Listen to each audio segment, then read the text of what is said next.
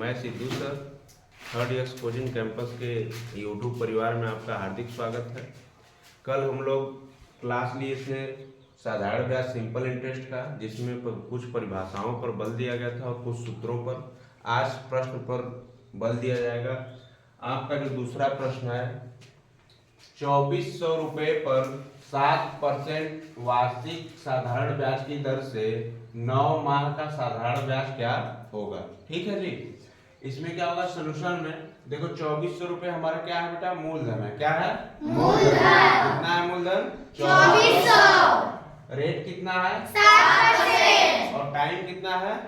9 माह। टाइम कितना है? 9 माह। तो हम सूत्र वर्ष में बताए थे, तो 9 माह को क्या करेंगे, वर्ष में कन्वर्ट करेंगे। तो एक वर्ष में कितने माह होता है? 12 महीना। एक वर्ष में कितने माह होता है? 12। तो 12 से क्या करेंगे, डिवाइड करेंगे इसको।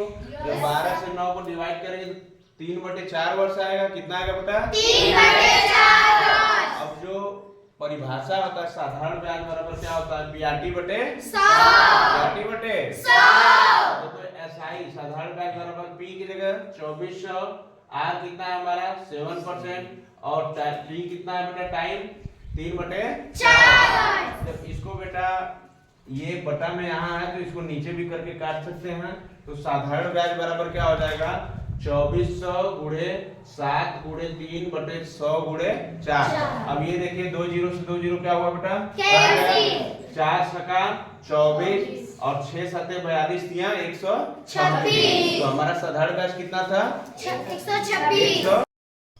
देखिए तीसरा प्रश्न कैसे सॉल्व करते हैं। जान ने एक धनराशि 10% वार्षिक साधारण ब्याज की दर से निवेश की है। 4 वर्षों बाद यह धनराशि 770 रुपये हो जाती है। वह राशि कितनी है? देखिए इस प्रश्न में दिया क्या है कि मिश्र धन दिया है आपका कितना, 770 रुपये, और मूलधन पूछ रहा है। मिश्र धन देखिए 770 रुपये दिया है। 4 वर्ष बाद टाइम क्या हो गया आपका, 4 वर्ष, और ये क्या हो गया बेटा, रेट कितना है, 10% वार्षिक साधारण ब्याज की दर से। ठीक है। तो आते हैं हम लोग मूलधन का सूत्र हम कल लिखवाए थे कि मूलधन बराबर मिश्र धन गुणे 100 बटे 100 प्लस 10 गुणे समय। ठीक है। और सबका मान इसी पे रख देना है। केवल करना क्या है कि मिश्र धन हमारा कितना है बेटा, 770। कितना है जी, 770। और उसके बाद इनटू 100। ठीक है। अपन में क्या करना है बेटा, 100 प्लस 100 प्लस ये R का मान कितना दिया है, रेट कितना है 10% कर दो, और बीच में कुछ नहीं है तो गुणा का निशान रहता है। ठीक है। उसके बाद ये टाइमिंग कितनी है, 4 वर्ष। कितना टाइमिंग, 4 वर्ष। तो अब क्या करना है कि देखो इसको सॉल्व करो। 770 गुणे क्या हो जाएगा बेटा, 100, ये क्या हो जाएगा 100 प्लस 14। कितना हो जाएगा, 14 हो जाएगा। अब देखो इसको काटो, 100 से क्या हो जाएगा जी, ये 10 का कितना हो जाएगा, 40। अब क्या करेंगे कि ये क्या हो जाएगा, 140 हो जाएगा। क्या हो जाएगा बेटा, 140। 770 गुणे 100 बटा क्या हो जाएगा बेटा, 140। 0 से 0 क्या होगा, कट जाएगा। और भी कटेगा कुछ, ये कटेगा, कटेगा। 7 दूना 14, 7 11 बार में 77 कट जाएगा कि नहीं कट जाएगा। yes, और 2 से इसको काटो, 100 को 50 बार में कट जाएगा। ठीक है। yes, अब क्या होगा, 11 पचे कितना होता है, 55, और 1 को 0 बढ़ा दे तो हमारा मूलधन कितना आ गया बेटा, 550। ठीक है। Thanks for watching. इसी के साथ हम लोग आते हैं साधारण ब्याज के चौथे प्रश्न में। चौथा प्रश्न देखो बेटा क्या है, यदि 500 रुपये दिए गए समय में 5% वार्षिक ब्याज की दर से 650 रुपये हो जाते हैं, तो बताइए रुपये 900 उतने ही समय में उसी दर पर कितने हो जाएंगे। देखिए ऐसे प्रश्न को क्या करते हैं, हम समझते हैं पहले, जब प्रश्न समझ में आएगा तभी इसको सॉल्व कर पाएंगे। प्रश्न क्या है कि 500 रुपये दिए गया है, ठीक है, और उसी का कितना हो जा रहा है ब्याज, 650 रुपये हो जा रहा है। ठीक है। तो सीधी बात है कि मिश्र धन हमारे पास कितना है बेटा, 650 रुपये, और ये जो 500 रुपये है क्या है, मूलधन। 500 रुपये क्या है, मूलधन। तो एक सूत्र हम कल लिखवाए थे कि साधारण ब्याज बराबर क्या होता है, मिश्र धन माइनस मूलधन। मिश्र धन माइनस मूलधन। तो बेटा मिश्र धन हमारा 650 है और मूलधन कितना है 500, तो 650 में से 500 घटाओगे तो साधारण ब्याज हमारा कितना निकल के आ जाएगा 150। अब प्रश्न पढ़िए तो पता चलेगा। तो बताइए 900 रुपए उतने ही समय में उसी दर पर कितने हो जाएंगे।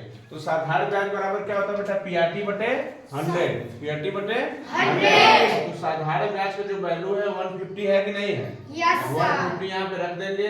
पी की वैल्यू क्या है बेटा 500 और इंटू रेट की वैल्यू क्या है बेटा 5% वार्षिक ब्याज की दर से, 5% वार्षिक ब्याज की दर से। तो यहाँ 5 रख देंगे। टाइम दिया नहीं है, टाइम निकालना है और बटा क्या हो जाएगा 100।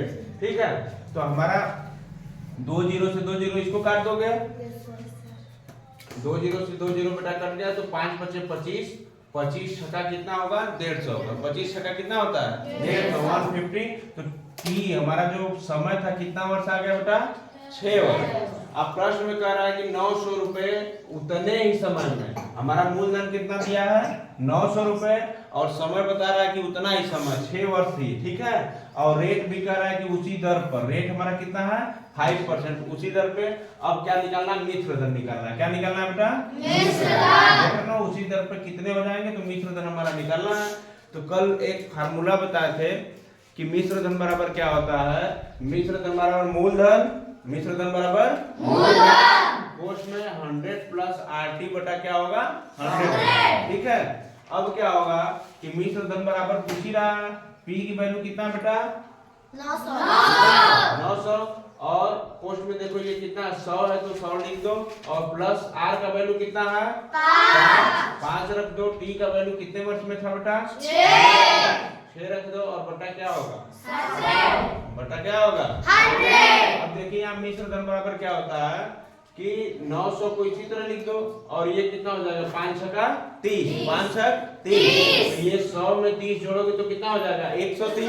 कितना हो जाएगा 130 और ये बटा क्या हो जाएगा 100। अब देखो 2 जीरो से 2 जीरो, 1 जीरो से ये कट गया और 1 जीरो से ये कट गया। अब बेटा करेंगे क्या कि 13 नवा कितना होता है 117, 13 नवा कितना होता है 117। अब जीरो बढ़ा देंगे तो मिश्र धन हमारा कितना आ गया 1170 रुपए। कितना आ गया 1170 रुपए।